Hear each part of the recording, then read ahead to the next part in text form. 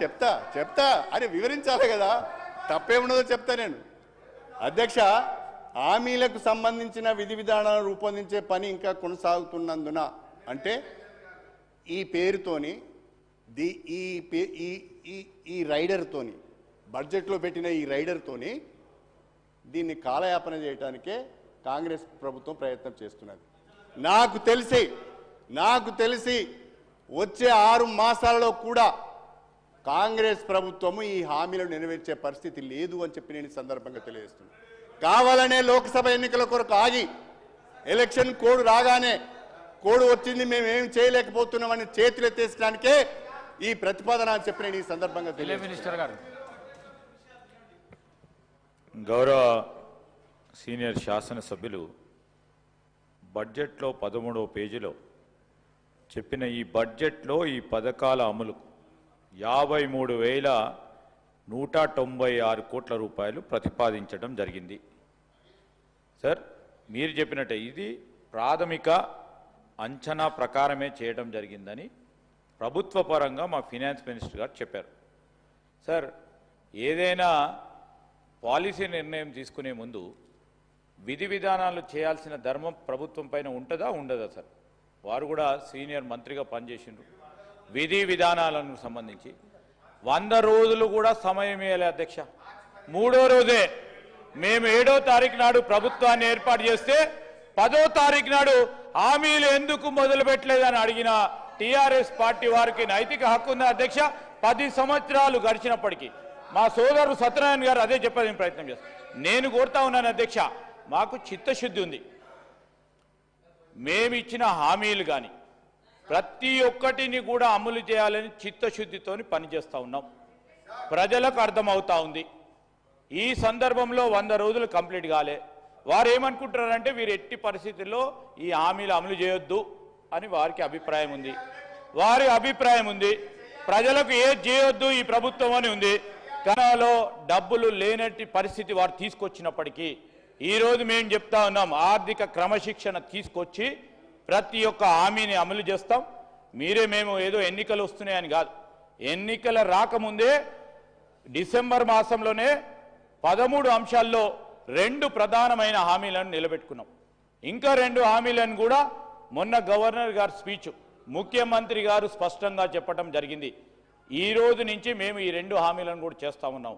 అంటే ఇంకెన్ని మిగిలి ఉన్నాయి అధ్యక్ష? ఇంకా 9 గ్యారెంటీలో 9 అంశాలు ఉన్నాయి.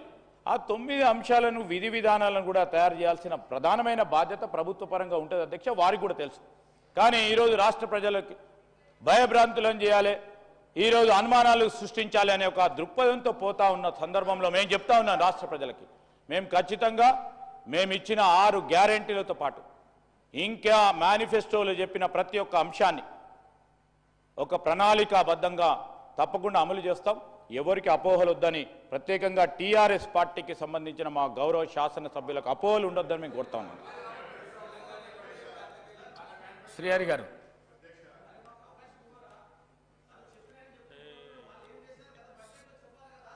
నీకు అవకాశం ఇస్తారు బ్రదర్, నీకు ఇస్తారు. అధ్యక్ష, మేము కాంగ్రెస్ పార్టీ ప్రజలకు ఇచ్చిన హామీలను నెరవేర్చాలనే మేము కోరుకుంటున్నాం. మేము అడ్డుపడాలనే ఆలోచన కానీ వాళ్ళు ఎందుకే మాట్లాడుతాను? ఏమొస్తుందా నీకు? ఏమొస్తుంది? ఏంటి సార్ అది?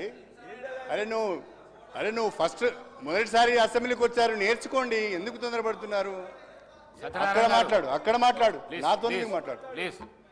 అధ్యక్ష, కాంగ్రెస్ పార్టీ ప్రజలకు ఇచ్చిన హామీలను నెరవేర్చాలనే మేము కోరుకుంటున్నాం. దానికి కావలసిన మా సహకారం కూడా ఉంటుంది. కాలయాపన చేసి ప్రజలను మోసం చేయొద్దు అనేదే మా అభిప్రాయం తప్ప వేరొకటి కాదు అధ్యక్ష. మీరు ఏం చెప్పింది అధ్యక్ష? డిసెంబర్ 9న రైతు రుణమాఫీ పైన సంతకం చేస్తామని మీరు చెప్పలేదు అధ్యక్ష. 100 రోజులలో హామీలను నెరవేరుస్తామని మీరు చెప్పలేదు అధ్యక్ష. అది మేము చెప్పితే అవి మేము మళ్ళీ రిపీట్ చేసి రిమైండ్ చేస్తే మా మీద విరుచుకబడితే లాభం ఉంది శ్రీధర్ బాబు గారు. మీరు చెప్పిందే కదా, మేము చెప్పిన మాట కాదు కదా ఇది.